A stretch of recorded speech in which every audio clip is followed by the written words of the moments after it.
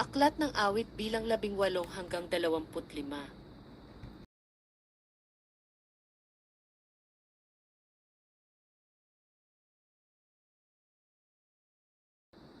Awit bilang 18.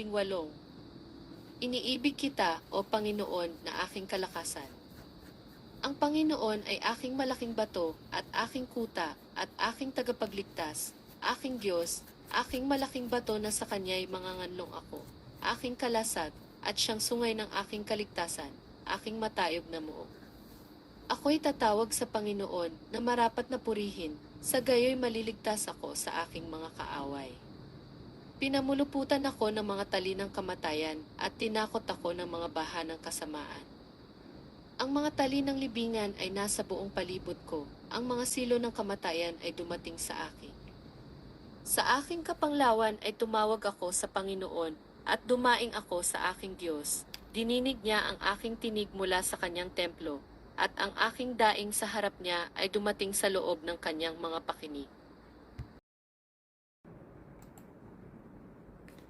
Nang magkagayo ay nauga at nayanig ang lupa, ang mga patibayan naman ng mga bundok ay nakilos at nauga, sapagkat siya'y napuot.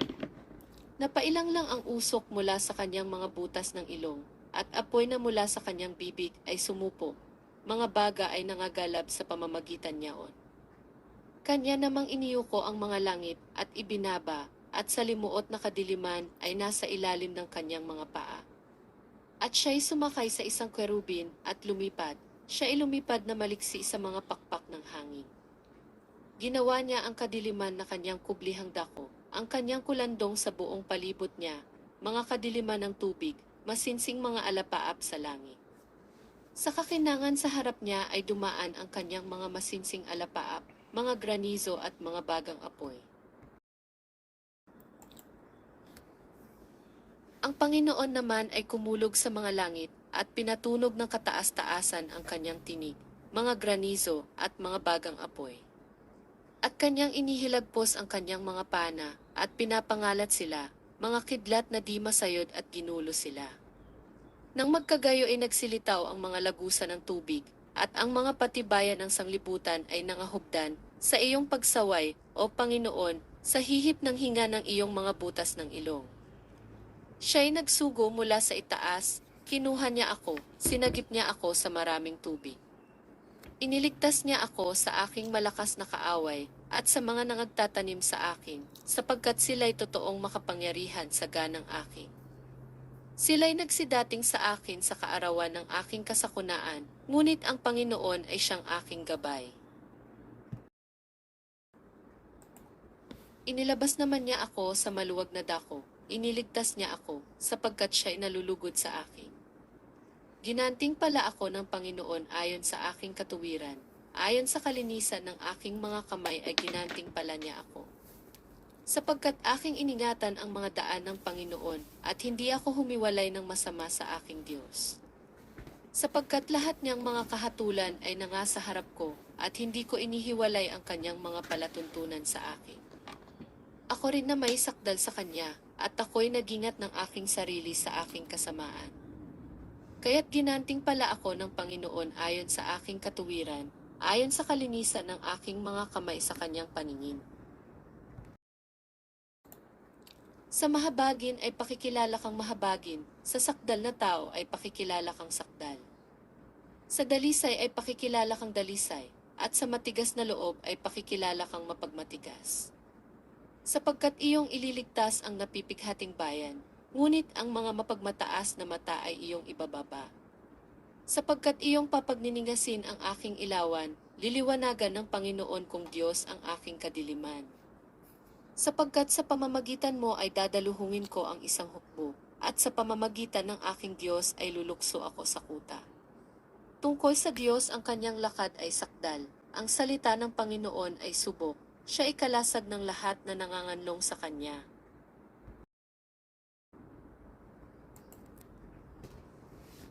Sapagkat sino ang Diyos liban sa Panginoon? At sino ang malaking bato maliban sa ating Diyos? Ang Diyos na nagbibigkis sa akin ng kalakasan at nagpapasakdal sa aking lakad.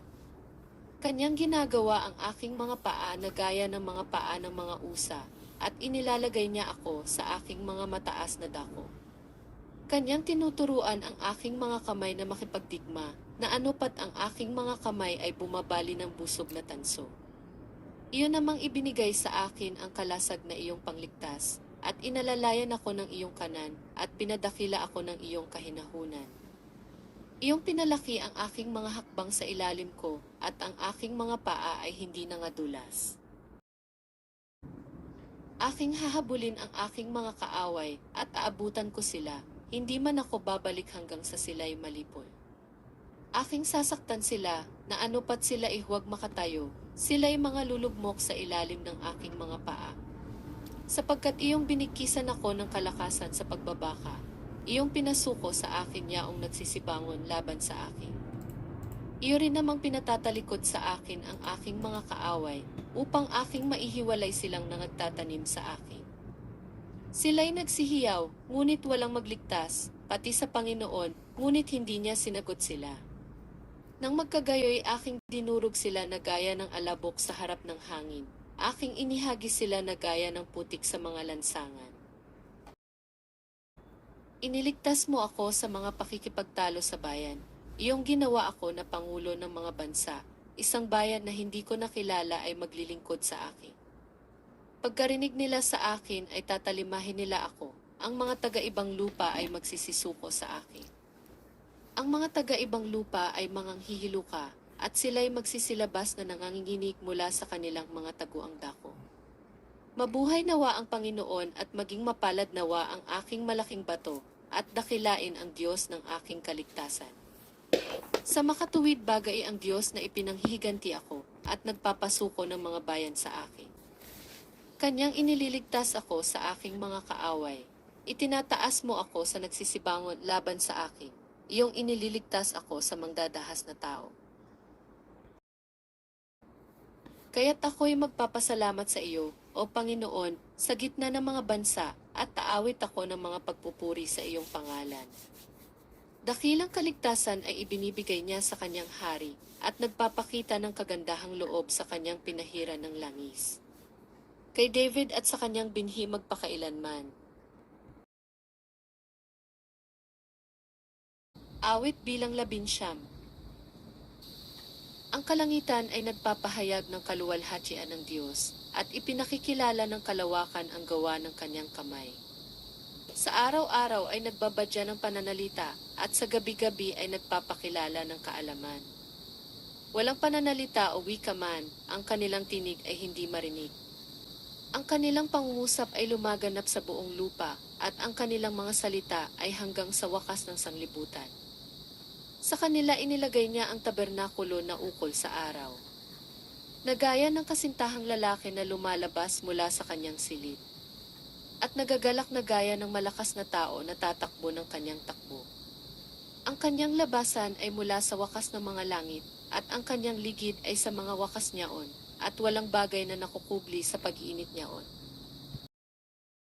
Ang kautusan ng Panginoon ay sakdal, na nagsasauli ng kaluluwa. Ang patotoo ng Panginoon ay tunay, na nagpapapantas sa hangal.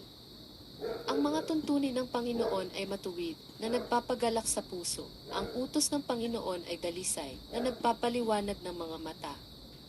Ang takot sa Panginoon ay malinis, na nananatili magpakailanman. Ang mga kahatulan ng Panginoon ay katotohanan at lubos na matuwid. Mga pinipitang higit kaysa ginto, higit kaysa maraming dalisay na ginto, lalong mainam kaysa pulot at sa pulot pukyutan. Higit dito'y sa pamamagitan ng mga iyo'y mapagpapaunahan ang iyong lingkod, sa pag-iingat ng mga yaon ay may dakilang gantimpala. Sinong makasisiyasat ng kanyang mga kamalian? Paliwanagan, linisin mo ako sa mga kubling kamalian. Italikod mo rin ang iyong lingkod sa mga kapalaluang sala. Huwag mong papagtaglayin ang mga yaon ng kapangyarihan sa akin. Kung magkagayoy, magiging matuwid ako, at magiging malinis ako sa malaking pagsalangsa. Maging kalugod-lugod nawa ang mga salita ng aking bibig, at ang pagbubulay ng aking puso sa iyong paningin, O Panginoon, na aking malaking bato at aking manunubos.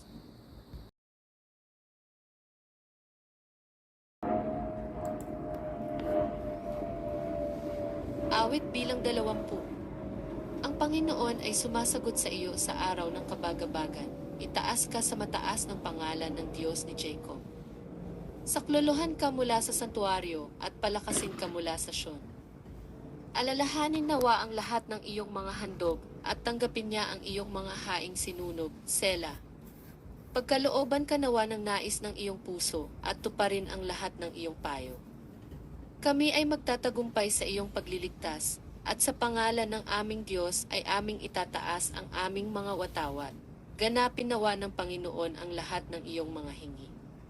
Talastas ko ngayon na inililigtas ng Panginoon ang kanyang pinahira ng langis. Sasagutin niya siya mula sa kanyang banal na langit ng pangligtas na kalakasan ng kanyang kanang kamay. Ang iba ay tumitiwala sa mga karo at ang iba ay sa mga kabayo, ngunit babanggitin namin ang pangalan ng Panginoon naming Diyos. Sila'y nangakasubsob at buwal, ngunit kami ay nakatindig at nakatayo na matuwid.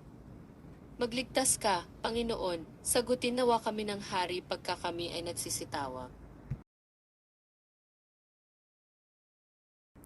Awit bilang 21.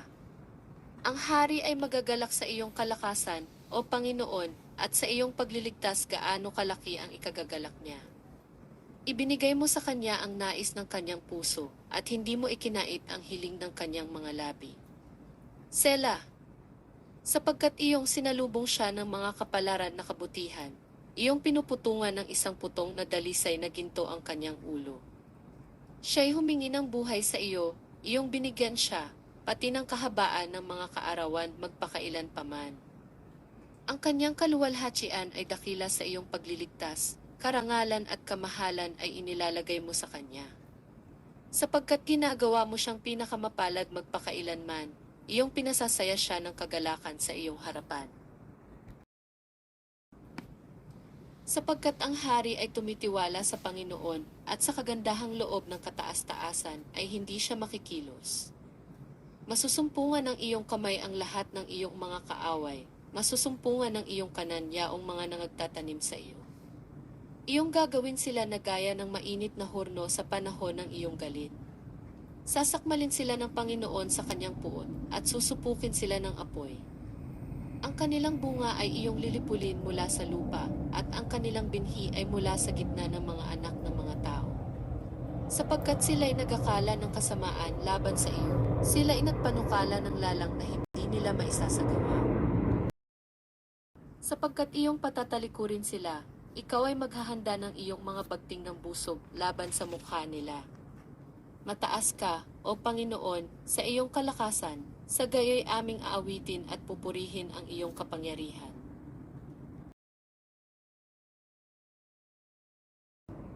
Awit bilang 22. Diyos ko, bakit mo ako pinabayaan? Bakit ka napakalayo sa pagtulong sa akin at sa mga salita ng aking pagangal? O Diyos ko, ako'y humihiyaw sa araw, ngunit hindi ka sumasagot, at sa gabi, at hindi ako tahimik. Ngunit ikaw ay banal, o ikaw na tumatahan sa mga pagpuri ng Israel. Ang aming mga magulang ay nagsitiwala sa iyo, sila'y nagsitiwala at iyong iniligtas sila. Sila'y nagsidaing sa iyo at nangaligtas, sila'y nagsitiwala sa iyo at hindi nangapahiya. Ngunit ako'y uod at hindi tao, duwahagi sa mga tao at hinamak ng bayan. Silang lahat na nakakakita sa akin ay tinatawa ng mainam ako. Inilalawit nila ang labi, iginagalaw nila ang ulo na sinasabi, magpakatiwala ka sa Panginoon, iligtas niya siya yamang kinaluluguran niya siya. Ngunit ikaw ang naglabas sa akin sa bahay bata. Pinatiwala mo ako nang ako'y nasa mga suso ng aking ina. Ako'y nahagis sa iyo mula sa bahay bata. Ikaw ay aking Diyos mula nang dalhin ako sa tiyan ng aking ina. Huwag mo akong layuan, sapagkat kabagabagan ay malapit, sapagkat walang tumulong. Niligid ako ng maraming toro, mga malakas na toro ng Basan ay kumulong sa akin. Sila'y mabubukas sa akin ng kanilang bibig, na gaya ng sumasakmal at umuungal na leon. Ako'y nabuhos na parang tubig, at lahat ng aking mga buto ay nangapapalinsat. Ang aking puso ay parang pagkit, natutunaw ito sa loob ko.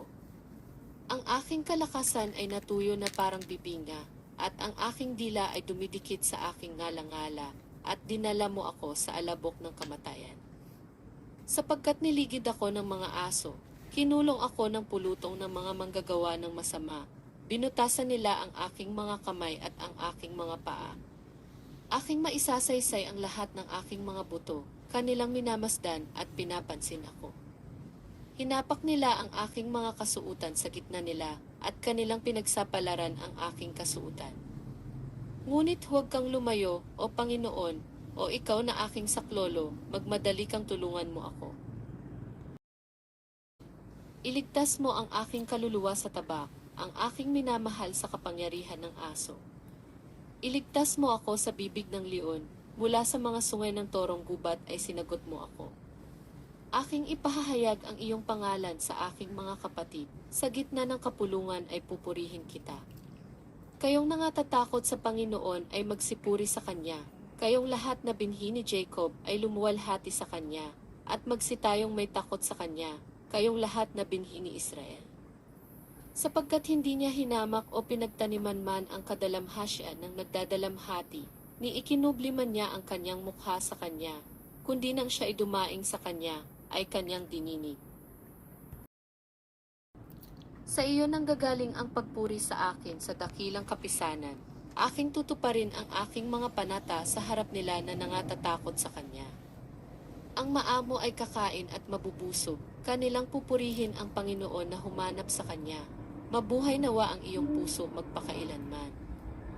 Lahat ng mga wakas ng lupa ay makakaalaala at magsisipanumbalik sa Panginoon, at lahat ng mga angkan ng mga bansa ay magsisisamba sa harap mo. Sapagkat ang kaharian ay sa Panginoon at siya ang puno sa mga bansa. Lahat na matataba sa lupa ay magsisikain at magsisisamba. Silang lahat na nagsisibaba sa alabok ay magsisiyukod sa harap niya, sa makatuwid bagay ang hindi makapagingat na buhay ng kanyang kaluluwa. Isang binhi ay maglilingkod sa Kanya, sasaysayin ang Panginoon sa susunod na salin ng lahi. Sila'y magsisiparoon at mangaghahayag ng Kanyang katuwiran, sa bayan na ipanganganak ay ibabalita, yaong Kanyang ginawa. Awit bilang 23. Ang Panginoon ay aking pastor, hindi ako mangangailangan. Kanyang pinahihiga ako sa sariwang pastulan, pinapatnubayan niya ako sa siping ng mga tubig na pahingahan. Kanyang pinapananauli ang aking kaluluwa, pinapatnubayan niya ako sa mga landas ng katuwiran alang-alang sa kanyang pangalan. Bagaman ako'y lumalakad sa libis ng lilim ng kamatayan, wala akong katatakutang kasamaan, sapagkat ikaw ay sumasa akin, ang iyong pamalo at ang iyong tungkod ay nagsisialiw sa akin. Iyong pinaghahandaan ako ng dulang sa harap ko sa harapan ng aking mga kaaway. Iyong pinahiran ang aking ulo ng langis, ang aking saro ay inaapawan. Tunay na ang kabutihan at kaawaan ay susunod sa akin sa lahat ng mga kaarawan ng aking buhay, at ako'y tatahan sa bahay ng Panginoon magpakailanman.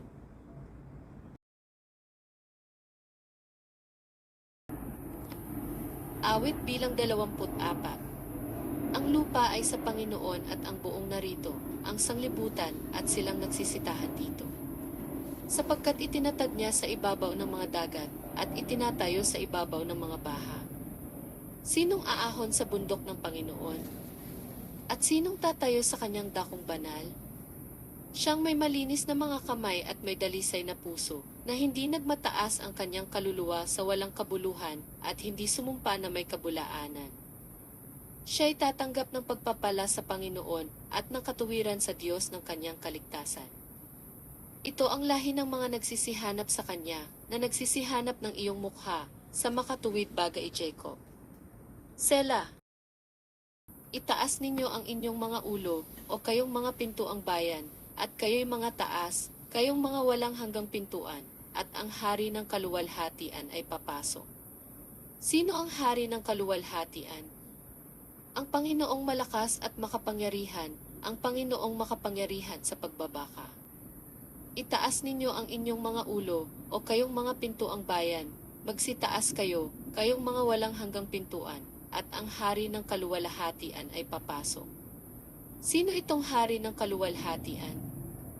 Ang Panginoon ng mga hukbo, siya ang hari ng kaluwalhatian.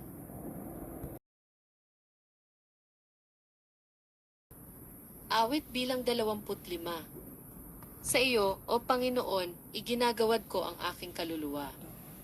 O Diyos ko, sa iyo itumiwala ako, huwag nawa akong mapahiya, huwag nawang magtagumpay sa akin ang aking mga kaaway.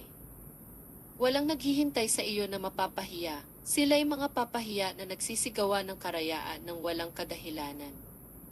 Ituro mo sa akin ang iyong mga daan, O Panginoon, ituro mo sa akin ang iyong mga landas. Patnubayan mo ako sa iyong katotohanan at ituro mo sa akin, sapagkat ikaw ay Diyos ng aking kaligtasan, sa iyo'y naghihintay ako buong araw. Iyong alalahanin, O Panginoon, ang iyong malumanay na mga kaawaan, at ang iyong mga kagandahang loob, sapagkat magpakailanman mula ng una. Huwag mong alalahanin ang mga kasalanan ng aking kabataan, ni ang aking mga pagsalangsang. Ayon sa iyong kagandahang loob ay alalahanin mo ako, dahil sa iyong kabutihan, O Panginoon. Mabuti at matuwid ang Panginoon, kaya tuturuan niya ang mga makasalanan sa daan. Ang maamo ay papatnubayan niya sa kahatulan, at ituturo niya sa maamo ang daan niya. Lahat na landas ng Panginoon ay kagandahang loob at katotohanan sa mga gayon na nangagiingat ng kanyang tipan at kanyang mga patotoo. Dahil sa iyong pangalan, O Panginoon, iyong ipatawad ang aking kasamaan, sapagkat malaki. Anong tao siya na natatakot sa Panginoon? Siya ang tuturuan niya ng daan na kanyang pipiliin. Ang kanyang kaluluwa ay tatahan sa kaginhawahan, at mamanahin ng kanyang binhi ang lupain. Ang pakikipag-ibigan ng Panginoon ay nasa nangatatakot sa kanya, at ipakikilala niya sa kanila ang kanyang tipan. Ang aking mga mata ay palaging nasa Panginoon, sapagkat hugutin niya ang aking mga paa sa silong. Panumbalikan mo ako at maawa ka sa akin, sapagkat ako'y nag-iisa at nagdadalamhati. Ang kabagabaga ng aking puso ay lumaki, o hangwin mo ako sa aking kapanglawan. Gunitain mo ang aking pagkapighati at aking damdam, at ipatawad mo ang lahat kong mga kasalanan. Masdan mo ang aking mga kaaway, sapagkat sila'y marami, at pinagtataniman nila ako ng mabagsik na pagkagalit. O ingatan mo ang aking kaluluwa, at iyong iligtas ako, huwag nawa akong mapahiya, sapagkat nanganganlong ako sa iyo. Magingat sa akin ang pagtatapat at katuwiran, sapagkat hinihintay kita. Tubusin mo ang Israel, O Diyos, mula sa lahat na kanyang kabagabagan.